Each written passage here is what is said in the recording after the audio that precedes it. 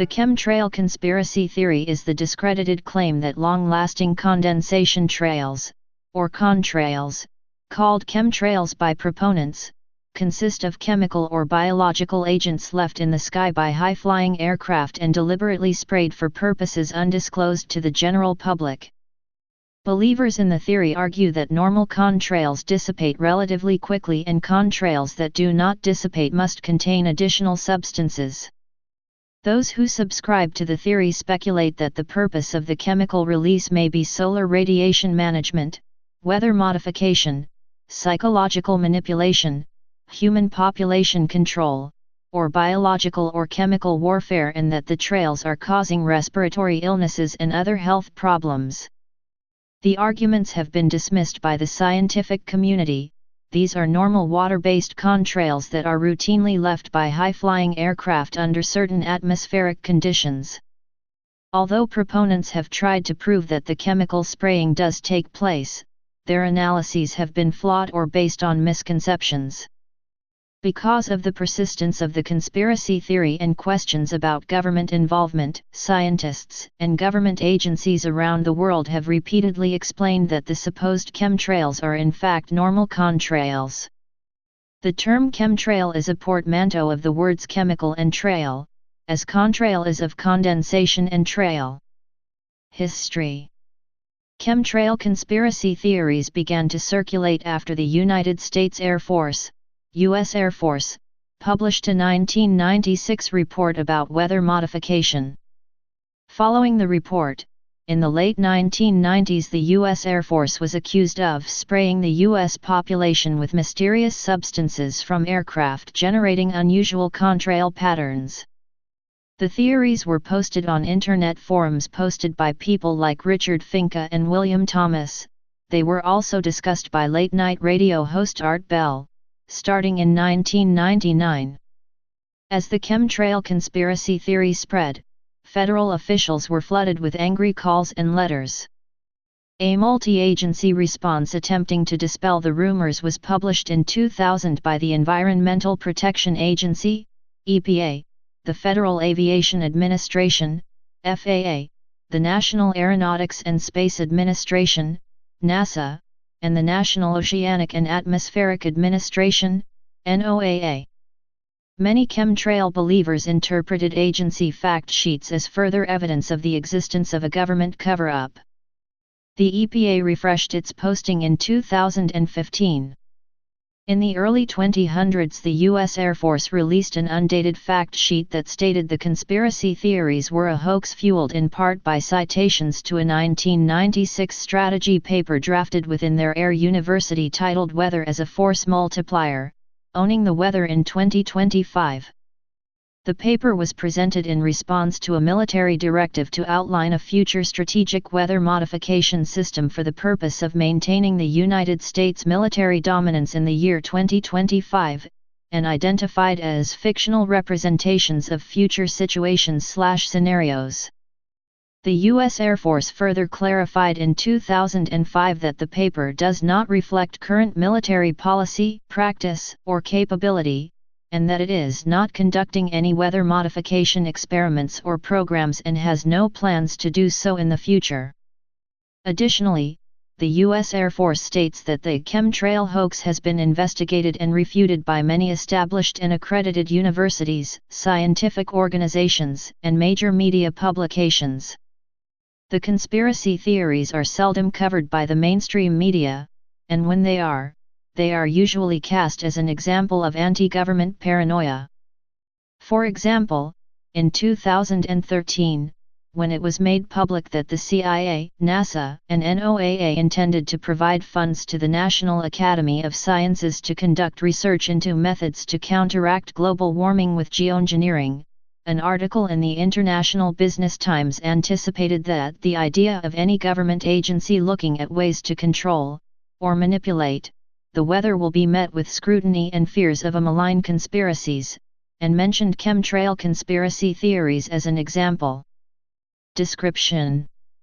Proponents of the chemtrail conspiracy theory find support for their theories in their interpretations of sky phenomena, videos posted to the Internet, and reports about government programs.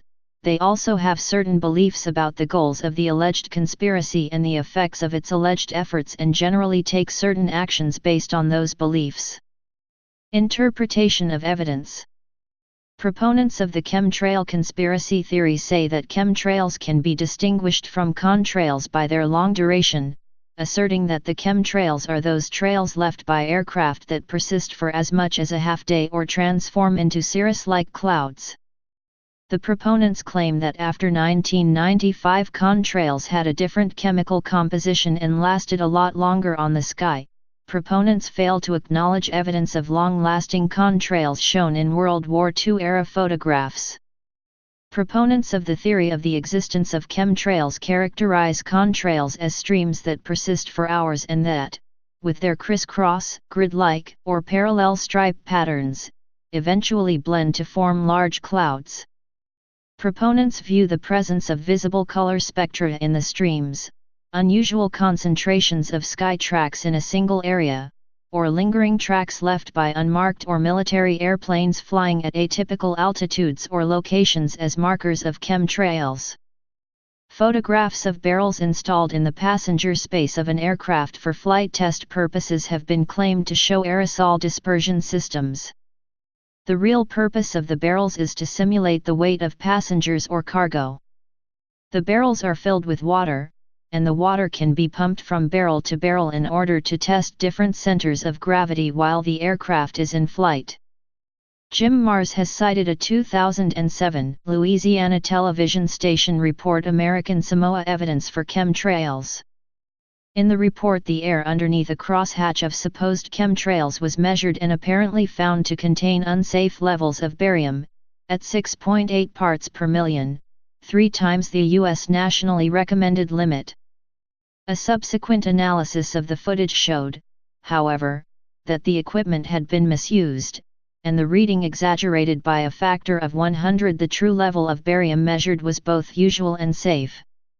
In May 2014, a video that went viral showed a commercial passenger airplane landing on a foggy night, which was described as emitting chemtrails. Discovery News pointed out that passengers sitting behind the wings would clearly see anything being sprayed, which would defeat any intent to be secretive, and that the purported chemical emission was normal air disruption caused by the wings, visible due to the fog. In October 2014, Englishman Chris Bovey filmed a video of a plane jettisoning fuel on a flight from Buenos Aires to London, which had to dump fuel to lighten its load for an emergency landing in São Paulo. The clip went viral on Facebook, with nearly 3 million views and over 47,000 shares, cited as evidence of chemtrails. In some accounts, the chemicals are described as barium and aluminum salts, polymer fibers, thorium, or silicon carbide. Chemtrail believers interpret the existence of cloud seeding programs and research into climate engineering as evidence for the conspiracy.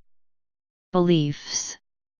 Various versions of the chemtrail conspiracy theory have been propagated via the internet and radio programs. There are websites dedicated to the conspiracy theory, and it is particularly favored by right-wing groups because it fits well with deep suspicion of government. A 2014 paper presented results of reviewing 20 chemtrail websites found that believers appeal to science in some of their arguments, but do not believe what academic or government-employed scientists say. Scientists and federal agencies have consistently denied that chemtrails exist, explaining the sky tracks are simply persistent contrails. The 2014 paper also found that chemtrail believers generally hold that chemtrails are evidence of a global conspiracy. People who believe in the conspiracy allege various goals which include profit, for example, manipulating futures prices or making people sick to benefit drug companies, population control, or weapons testing, use of weather as a weapon, or testing bioweapons. One of these ideas is that clouds are being seeded with electrically conductive materials as part of a massive electromagnetic superweapons program based around the High Frequency Active Auroral Research Program, HAARP.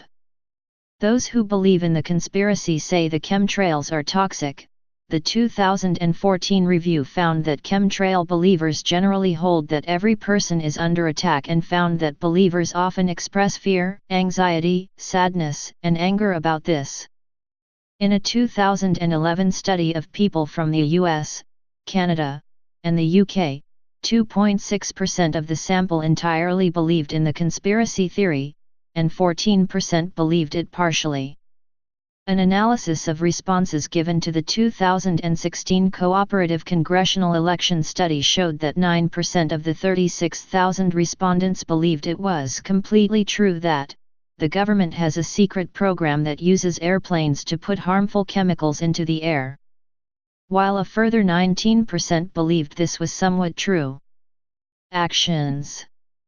Chemtrail conspiracy theorists often narrate an experience akin to a religious conversion experience when they first woke up and became aware of chemtrails, an experience that motivates them to advocacy of various forms.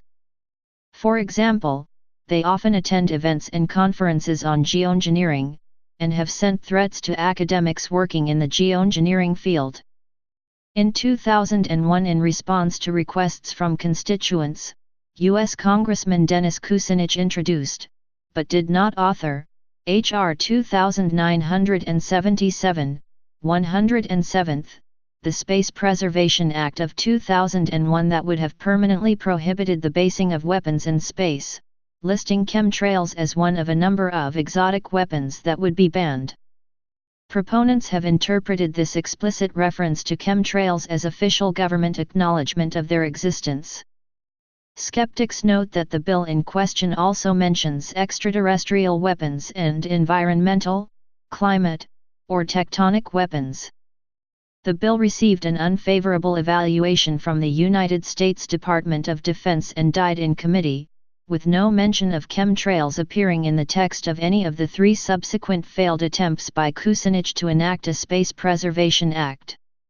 In 2003, in a response to a petition by concerned Canadian citizens regarding chemicals used in aerial sprayings are adversely affecting the health of Canadians, the government House leader responded by stating, "There is no substantiated evidence, scientific or otherwise, to support the allegation that there is high-altitude spraying conducted in Canadian airspace."